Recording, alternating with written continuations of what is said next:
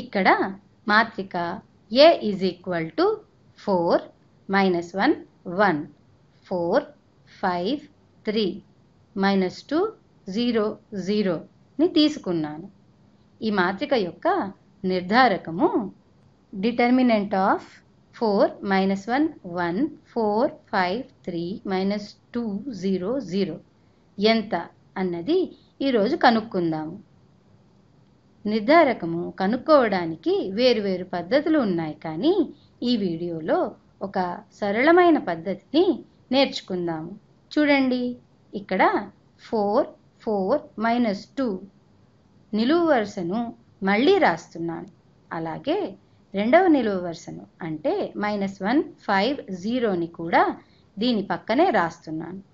ఇప్పుడు వికర్ణంగా ఉన్న ఈ 4 5 0 మరియు -1 3 -2 మరియు 1 4 0 ల యొక్క లబ్ధమును కూడి దానిలో నుండి వికర్ణంగా ఉన్న -1 4 0 మరియు 4 3 0 మరియు 1 5 -2 ల యొక్క లబ్ధమును తీసివేయాలి.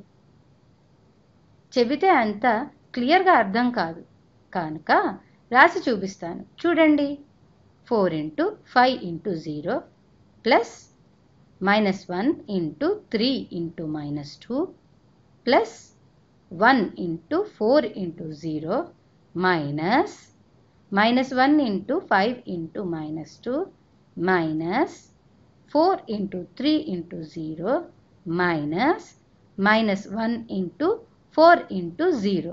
దీని విలువను గణిద్దాము.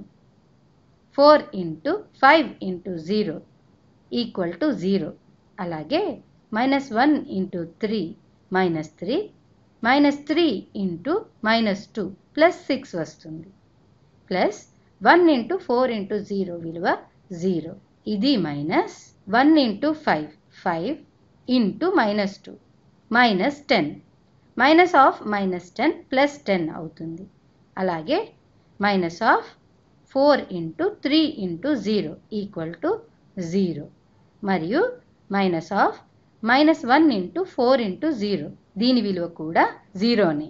కావున మనకి +6 +10 ఇది +16కి సమానం.